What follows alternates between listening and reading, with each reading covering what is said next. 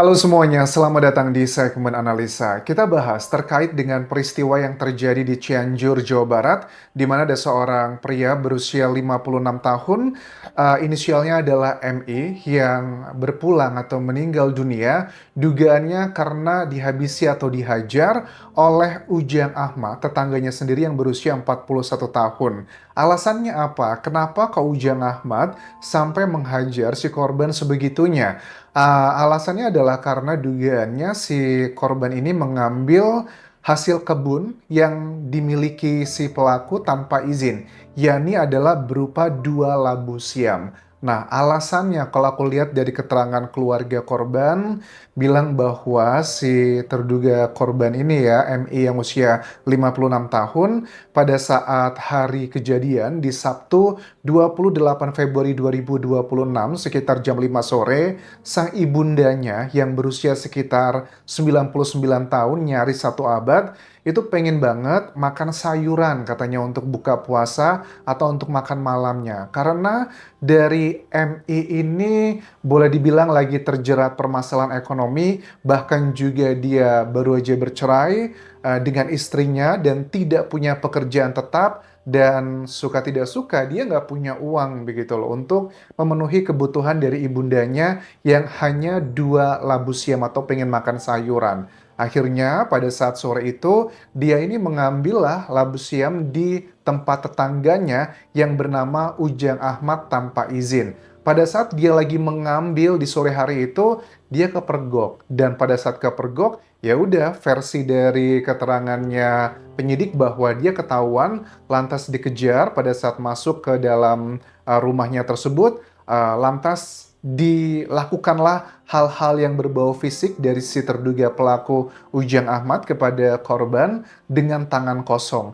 Luka-luka, kalau menurut keterangan Kapolsek Cugenang, Kompol Usep Nurdin, ini banyak kayak luka lebam, memar di sekujur tubuh, misalnya di mata, kepala, leher, dan juga lecet di bahu, dan juga di lengan. Bahkan di bagian belakang kepala korban pun kayak ada benjolan, dan pada saat itu juga menurut keterangan dari adik korban, ada Cucum Suhenda, katanya sampai kakaknya itu muntah-muntah begitu loh. Nah, kemudian apa yang melatar belakangi kok pada akhirnya di hari Senin 2 Maret 2026, 2 hari kurang lebih setelah kejadian tersebut, almarhum ini berpulang. Apakah penyebabnya karena kejadian tersebut atau jangan-jangan ada sakit yang lain? Suka tidak suka nih ya, data otopsi yang akan menjadi petunjuk tak terbantahkan penyebab berpulangnya kenapa. Tetapi kalau secara sekilas yang saat ini kan sedang dilakukan uji laboratorium pada saat dilakukan otopsi di RSUD Sayangguna, itu kan harus diketahui tentang penyebab kepergian dari almarhum ini, yang suka tidak suka ini akan menjadi data yang tak terbantahkan.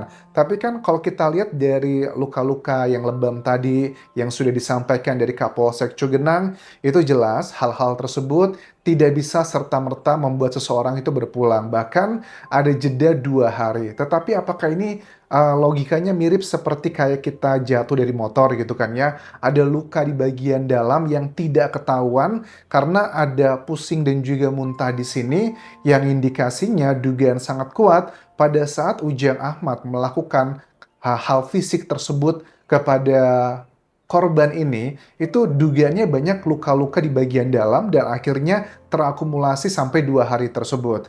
Nah, kemudian keterangan dari sang adik korban, Tita, ini ngaku tentang background dari sang korban ini, teman-teman. Dia bilang bahwa kakaknya ini tuh adalah kakak yang sangat perhatian dengan ibundanya, dialah yang mengurus ibunya yang berusia hampir 100 tahun. Sore itu dia bilang bahwa dia itu memang tahu kakaknya ini kesulitan ekonomi karena setiap minggu kakaknya ini datang ke rumahnya hanya untuk sekedar minta beras untuk masak nasi untuk dirinya dan juga sang ibu. Kadang katanya saya nggak cuma ngasih beras kok, saya kasih juga lauk pauk dan sebagainya. Terakhir katanya di hari Minggu sebelum almarhum berpulang, dia pun datang ke rumahnya untuk minta makanan buat ibunya. Nah, saya kasih katanya nasi dan juga lauk pauk. Tetapi pada saat baru selesai mengambil dan dia mau pulang ke rumah, ketemu sama ibunya, itu dikatakan ada teriakan dari warga di dekat rumahnya, kakaknya itu katanya jatuh pingsan.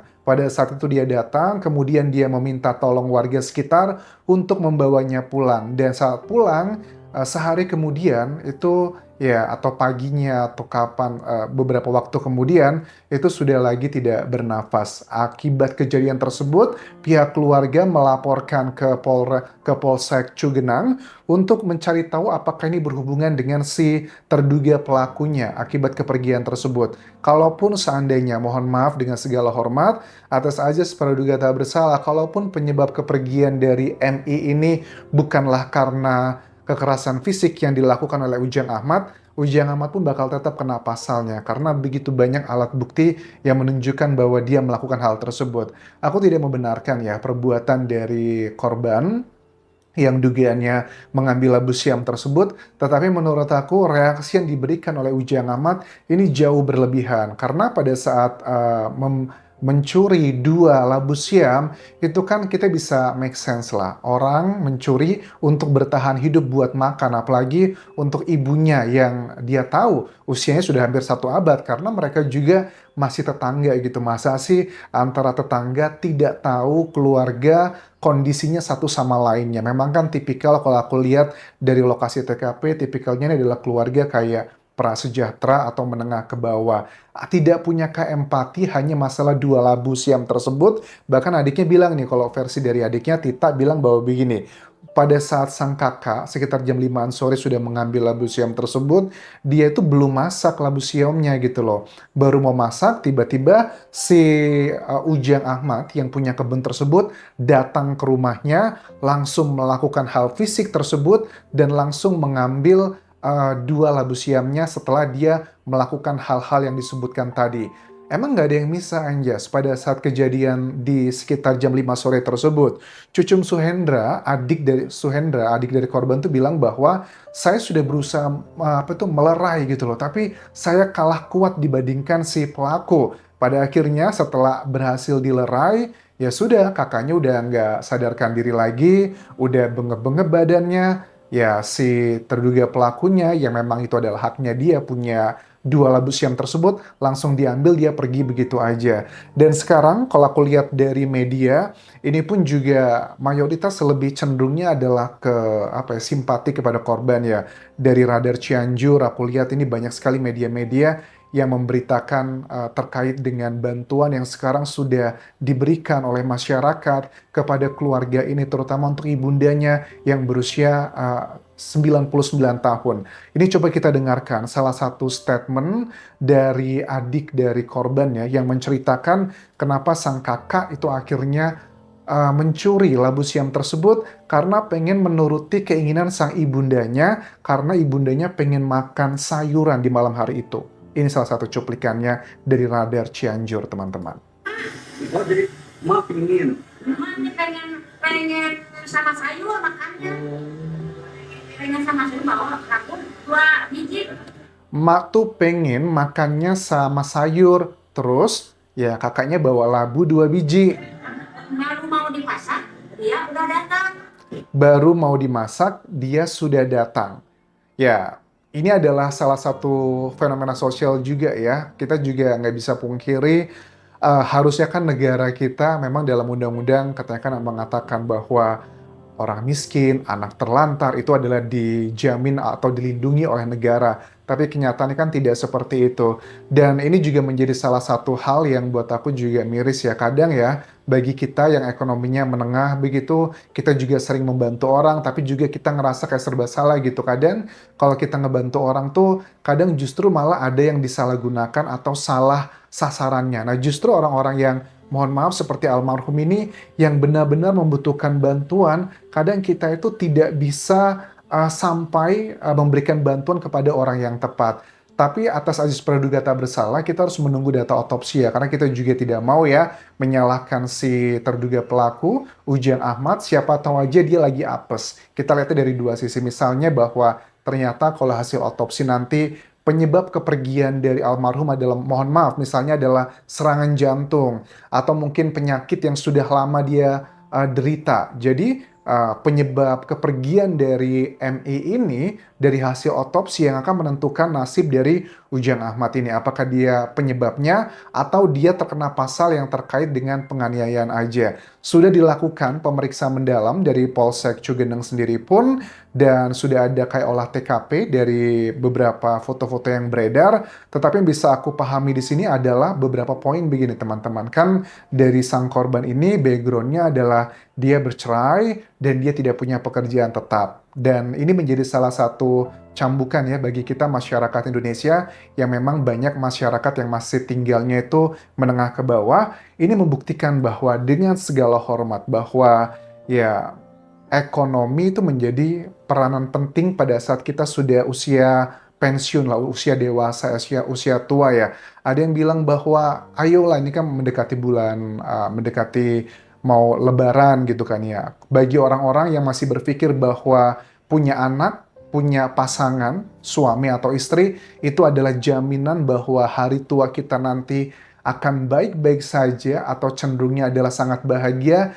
Ini lagi ada bukti bahwa menunjukkan menikah atau punya anak itu bukan jaminan hidup kita pada saat tua nanti akan baik-baik saja. Aku tidak pro atau kontra terkait dengan pernikahan ataupun juga punya anak. Tapi menurut aku gini ya, dengan di zaman sekarang ini menurut aku orang punya anak itu harus berpikir 1000 kali dari ekonominya. Kita mampu atau enggak. Begitupun juga sama pada saat kita menikah gitu ya. Kita tuh jangan egois, kita cuma bilang bahwa karena aku pengen nanti pada saat tua aku dirawat sama pasanganku. Tapi jangan salah, kita pada saat nanti menikah juga, kita harus merawat pasangan kita juga. Poinnya dari sini adalah yang paling utama adalah persiapkan adalah ekonomi kita. Cuman aku tidak mau membahas lebih detail terkait ekonomi, apakah orang yang nggak punya uang atau miskin anjas itu nggak boleh menikah, nggak boleh punya anak, nggak juga. Cuman adalah threshold-nya atau ambang batasnya. Aku tidak mengatakan bahwa kalau kita ekonominya pas-pasan,